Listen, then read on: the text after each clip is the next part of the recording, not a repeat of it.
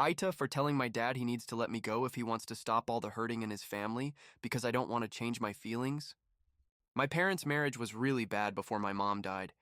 They were probably going to end up divorced, but instead, mom had a heart attack and died when dad went to stay with his family for a while. I, 17 Maynard, was 10. My dad met his wife 6 months after mom died, and they got married 2.5 years after mom died. My dad's wife was pregnant at the time.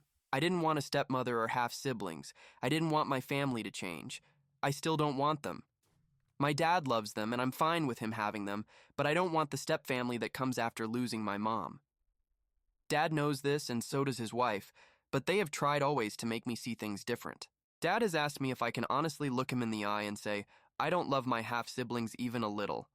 I did exactly what he asked, and he still didn't believe or want to believe.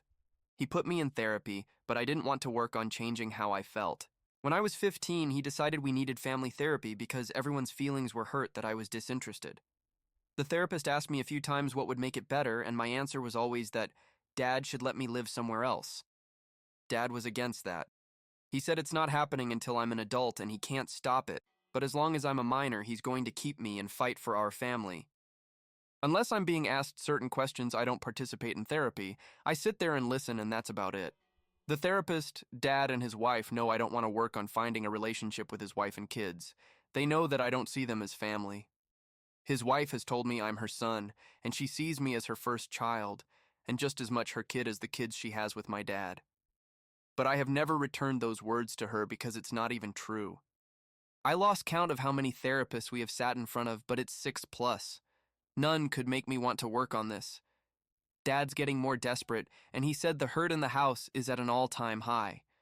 The therapist asked him what he could do to stop the hurt, and he said he had no idea anymore. That's when I fooled him that he needs to let me go for it all to stop. I told him I'm not coming around, and the longer he keeps me there, the more unhappy everyone else gets. I told him it doesn't upset me because I do other things. I make myself busy when they try to make family time happen, and I skip meals with them because I don't want to be there. And I said I'm not willing to change any of that.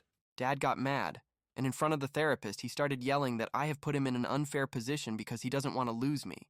He said I'm his son, and he loves me, and he loves his wife and their kids too.